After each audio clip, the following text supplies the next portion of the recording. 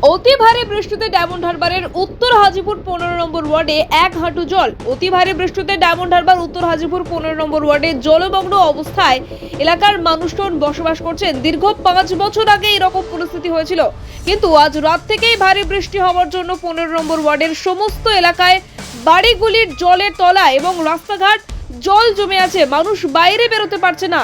ওখানকার মানুষদের দাবি হলো, এত জল জমে থাকা সত্ত্বেও ড্রেনগুলি ময়লা জমে আছে এবং পলিথিন জমে থাকার জন্য এই অবস্থা।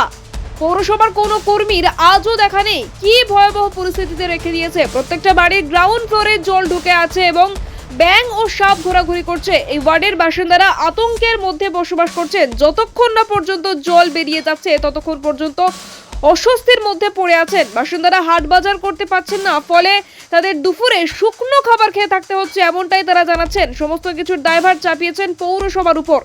দেখা যাক কতক্ষণ পৌরসভার লোকজন এসে বৃষ্টির জমা জল পরিষ্কার করে। ডায়মন্ড হারবার থেকে তপন কুমার দাসের রিপোর্ট, ডিএন নিউজ বাংলা। এই পানি ভিজে একদম ঘর ডুবে গেছে। হ্যাঁ, ঘরে কতটা জল? এই আছে। রাস্তায় রাস্তায় এই পুজো ব্যাপার। কিভাবে কি অসুবিধা হচ্ছে?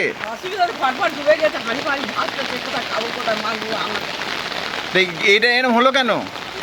হলে আগাছে কি করবো, আগাছের ওপর কি আমরা লড়াই করবো? না পরিষ্কার হয় না, না, ড্রেনটাও করে দিলুনি আমাদের।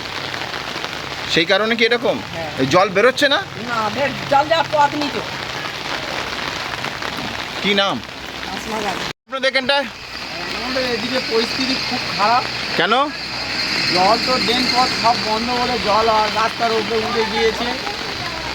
হ্যাঁ, তো রাস্তা দিয়ে কি যাতায়াত করা যাচ্ছে? না, যাচ্ছে বলতে ওই কাপড় জামা তুলে যেতে হচ্ছে। কতটা জল রাস্তার উপরে? এক হাঁটু। তো এর ফলে কি সমস্যা হচ্ছে আপনাদের? সমস্যা তো অনেক কিছু হচ্ছে, আসতেও অসুবিধা হচ্ছে, মানুষের যেতেও অসুবিধা হচ্ছে। ড্রেন পথগুলো বন্ধ আছে, ড্রেন পথগুলো পরিষ্কার করলে তবে তো ক্লিয়ার হবে জলটা। আর এরকম কি আগে কি কখন এরকম হচ্ছে? আগে এর আগে হয়তো 5 বছর আগে একবার হয়েছিল, আর এই আপাতত এবছর এই হচ্ছে। মানে এরকম ডুবেই যাচ্ছে কোন নেই? এরকম 5 বছর আগে হয়েছিল। আর এখন এখন এই পরিস্থিতি এখন আর